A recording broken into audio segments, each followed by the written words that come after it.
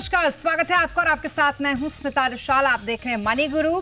Mutual fund में निवेश की जो स्ट्रैटेजी है वो अपनाने में अपनी उम्र का ध्यान रखना भी बहुत ज्यादा जरूरी होता है, क्योंकि अलग अलग उम्र के हिसाब से होती है अलग अलग फाइनेंशियल प्लानिंग।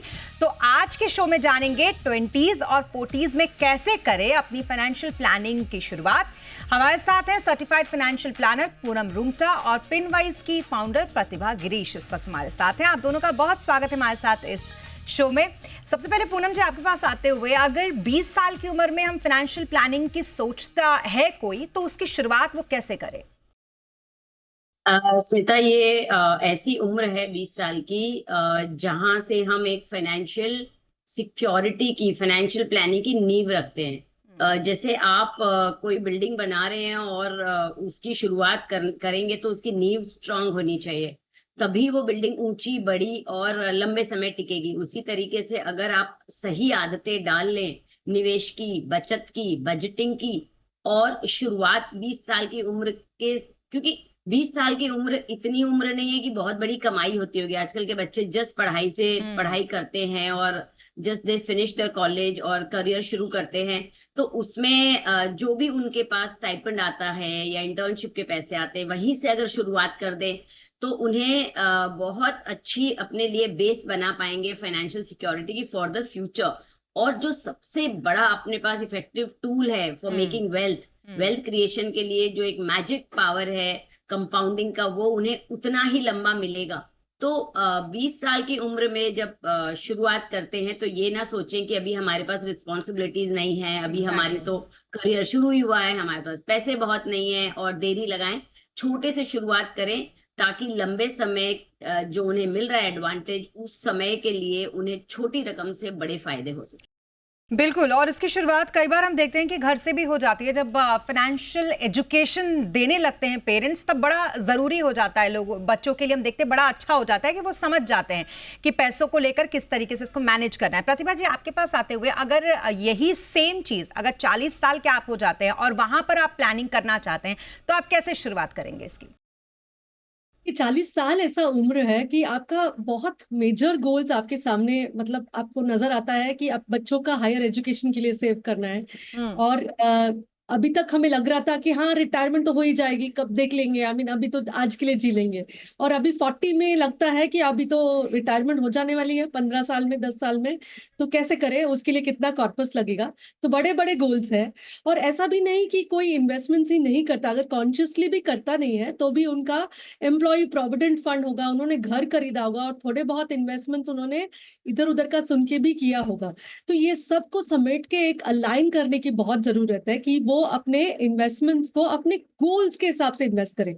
यूं ही किसी का सुन लिया, कुछ कर लिया, वो सब इकट्ठा तो हो गया, लेकिन क्या आपके गोल्स के हिसाब से है वो देखना जरूरी है।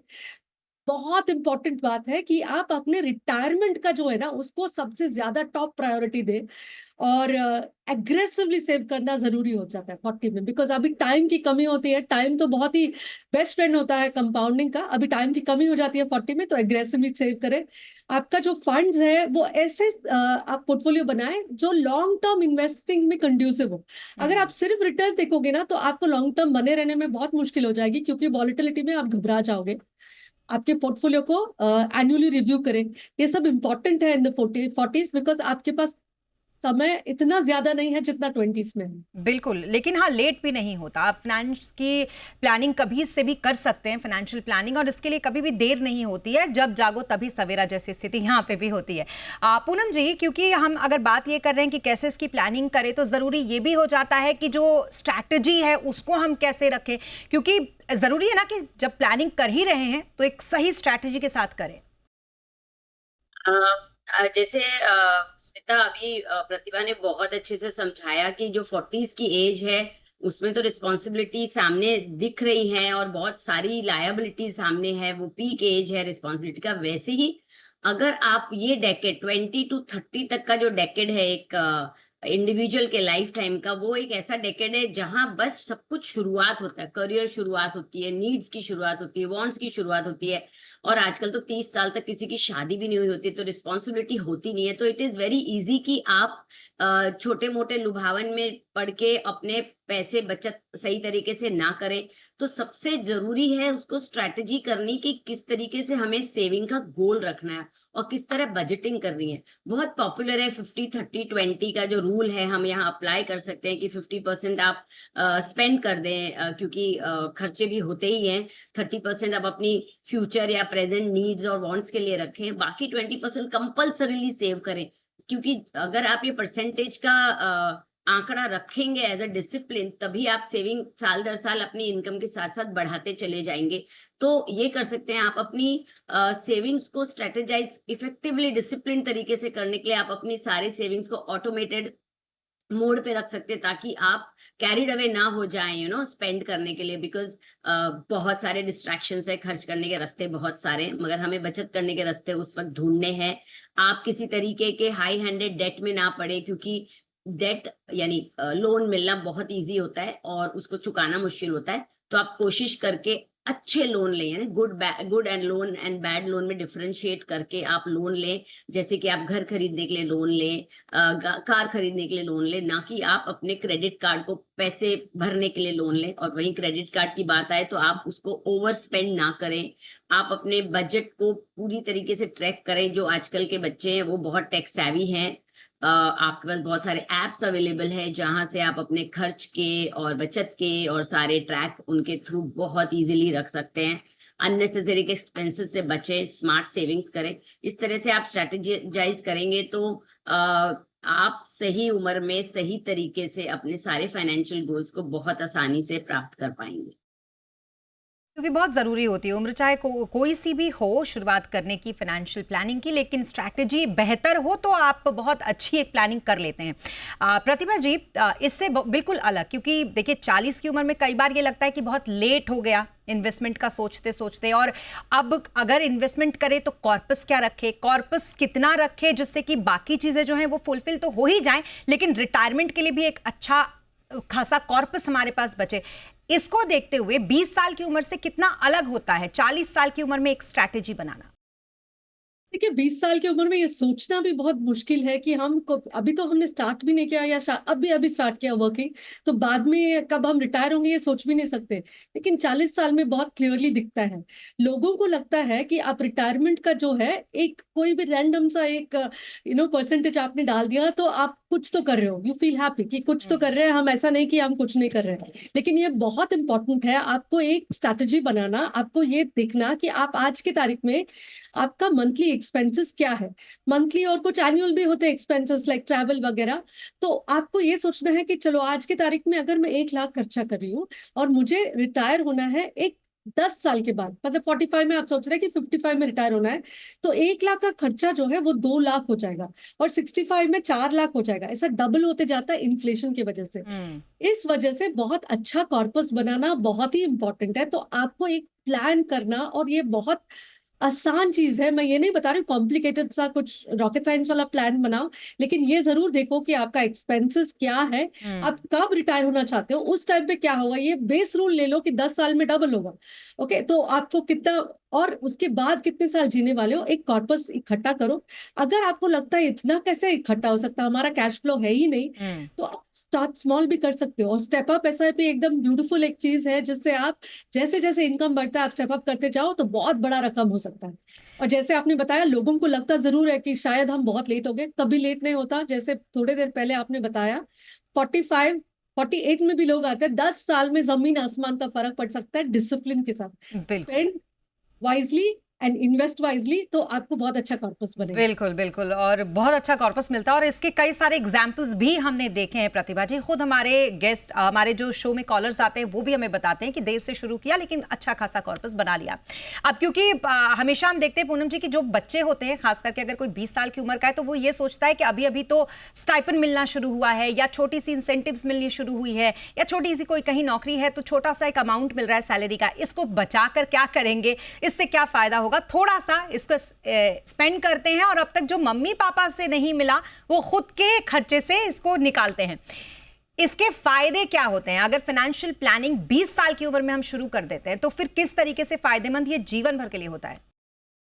स्मिता, ये पूरा जो आपका सवाल है उसको मैं एक छोटे से एग्जाम्पल से आपको बताना चाहूंगी इसका जवाब, कि महज 1,000 रुपए जो आप कह रहे हो ना कि स्टाइपेंड या मम्मी पापा के से पॉकेट मनी मिल रहा है, उससे भी अगर 1,000 रुपए किसी 20 साल के बच्चे ने बचाना शुरू किया फॉर वॉट एवर गोल, जैसे अभी प्रतिभा ने बताया कि 20 साल के गोल में, वेरी राइटली, कि 20 साल की उम्र में कोई गोल बच्चों को समझ में नहीं आता है, वो धीरे धीरे ही गोल का एक डेफिनेशन उन्हें समझ आता है। तो 1,000 रुपए अपने किसी भी गोल के लिए, समझो रिटायरमेंट ही समझ लें, वो तो होने ही वाला है, और 1,000 रुपए की आज के दिन कोई भी वैल्यू नहीं।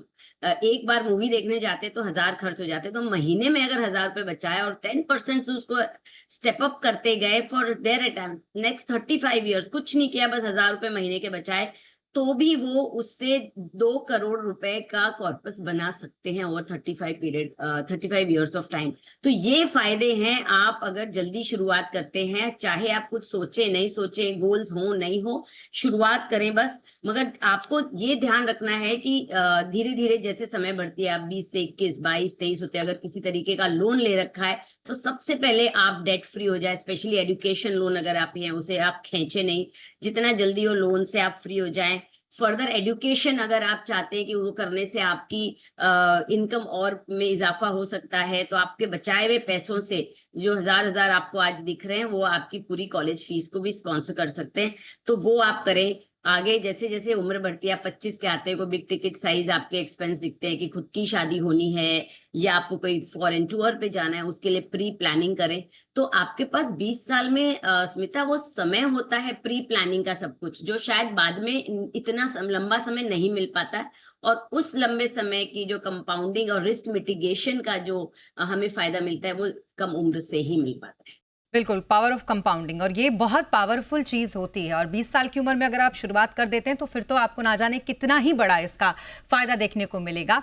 प्रतिभा जी, सेम अगर हम यही बात 40 साल की उम्र वालों के लिए करें तो उनके लिए कितना फ़ायदेमंद ये रहेगा?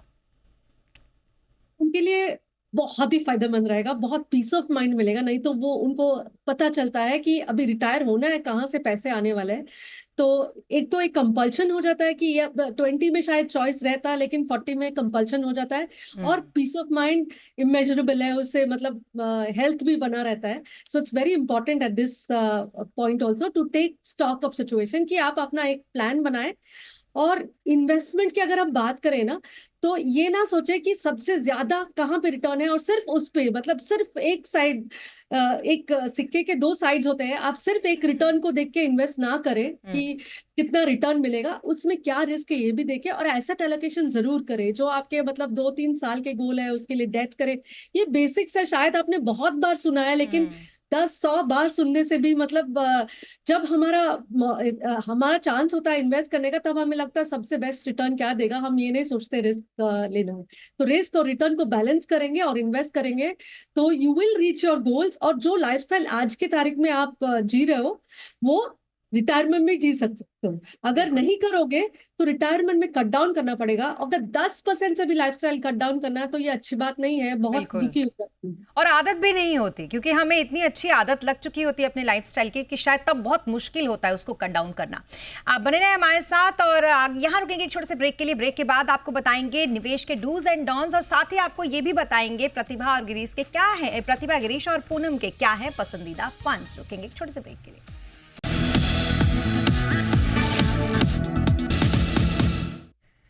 और ब्रेक के बाद एक बार फिर आपका स्वागत है। 20 की और 40 की उम्र में कैसे करें फाइनेंशियल प्लानिंग, और कितनी अलग होती है इन दोनों ही उम्र के पड़ाव पर फाइनेंशियल प्लानिंग करना, ये तमाम बातें जानेंगे। क्या करें क्या ना करें, हमारे दोनों ही गेस्ट पूनम रोंगटा और साथ ही प्रतिभा गिरीश से।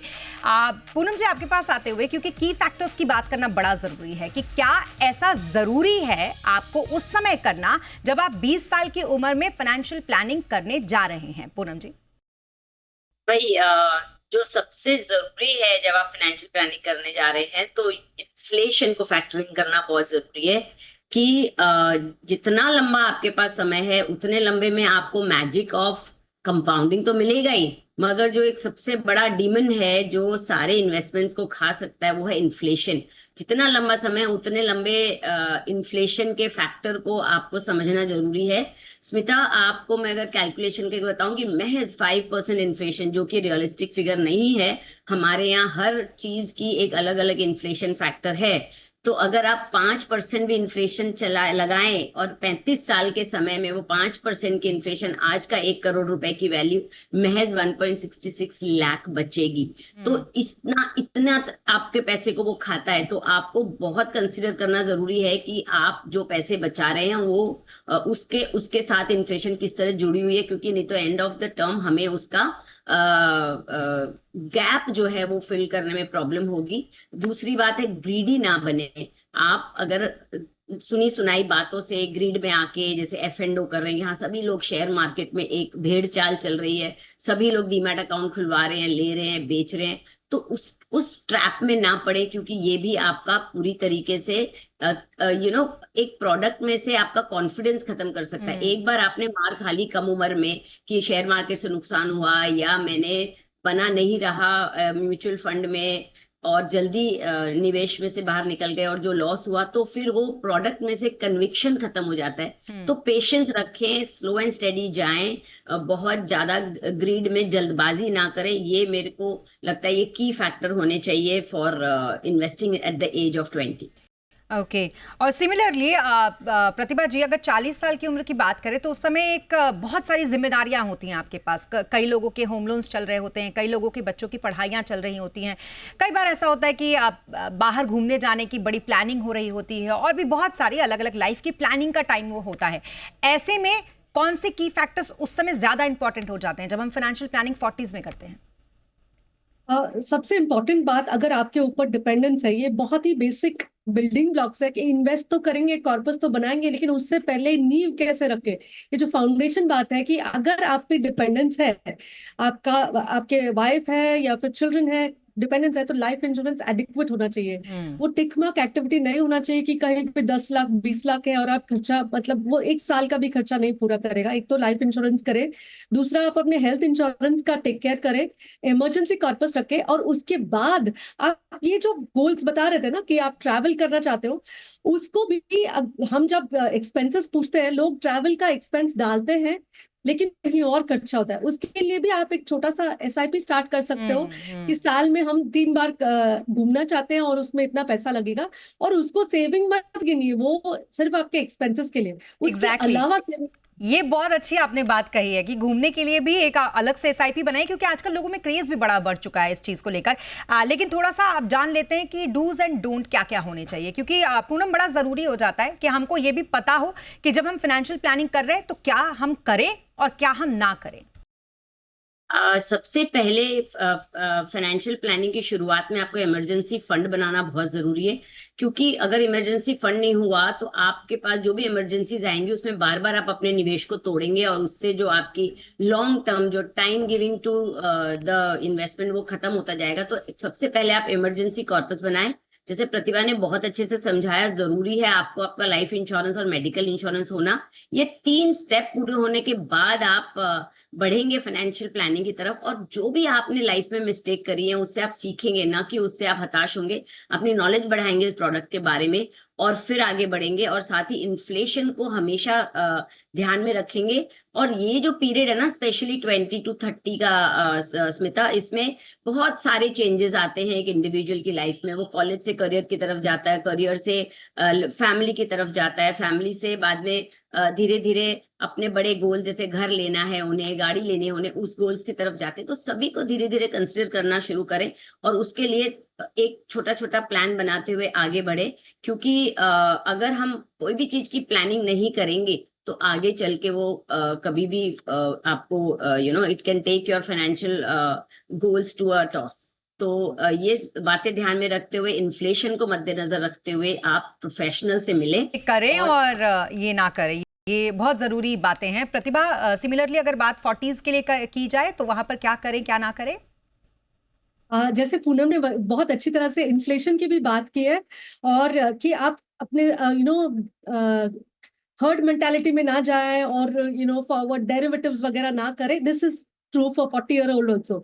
लेकिन इसके अलावा आप अपने इन्वेस्टमेंट्स को कस्टमाइज करें। जो मेरे लिए वर्क होता है वो शायद पूनम के लिए नहीं वर्क होगा, और वाइस वर्सा। हमारा सिचुएशन अलग हो सकता है किसी का एस्टेट हो, किसी का मतलब कोई इनहेरिटेंस आने वाला हो, और किसी का और कमाने वाले हो और आपका नहीं हो। तो कस्टमाइज करें अपने इन्वेस्टमेंट्स को, और मार्केट से एक्सपेक्टेशन रखिए कि अगर आप इक्विटी लिंक्ड मार्केट में कहीं इन्वेस्ट करेंगे तो उतार चढ़ाव तो स्वाभाविक है उसका, मतलब वो स्ट्रेट लाइन ग्राफ नहीं है। जब वो मार्केट टूटती है तो आप पैनिक ना करें और अपने इन्वेस्टमेंट्स को डेफिनेटली मत रोकें। आप इन्वेस्टमेंट पोर्टफोलियो ऐसा बनाइए, मार्केट कैप ऐसा बनाइए कि आप बने रह सकते हैं और आपका पोर्टफोलियो में ज्यादा उतार चढ़ाव ना हो। तो ये लॉन्ग टर्म के लिए बहुत अच्छा पोर्टफोलियो बनता है। जी, अब पूनम जल्दी से हम जानना चाहेंगे कि 20 साल की उम्र में अगर कोई फाइनेंशियल प्लानिंग करता है तो कौन से फंड्स उसे अभी से ऑप्ट करने चाहिए? मैं फंड्स तो मैंने बताऊंगी, बट इट इज नॉट कि ये हर एक 20 साल और 30 साल के बीच की उम्र के लिए सही हो, बिकॉज हर एक का रिस्क एपेटाइट अलग है, हर एक की सोच अलग है। पर जनरल तरीके से देखने जाएं तो मुझे लगता है डाइवर्सिफाइड पोर्टफोलियो बनाना चाहिए। थोड़ा रिस्क ले सकते हैं अगर आप रिस्क रिवॉर्ड चाहते हैं तो आप व्हाइट ओक का मिड कैप फंड में निवेश करें, निप्पॉन के स्मॉल कैप, इन्वेस्को का कॉन्ट्रारियन जो फंड्स होते हैं वो लंबे समय में आपको फायदा देते हैं।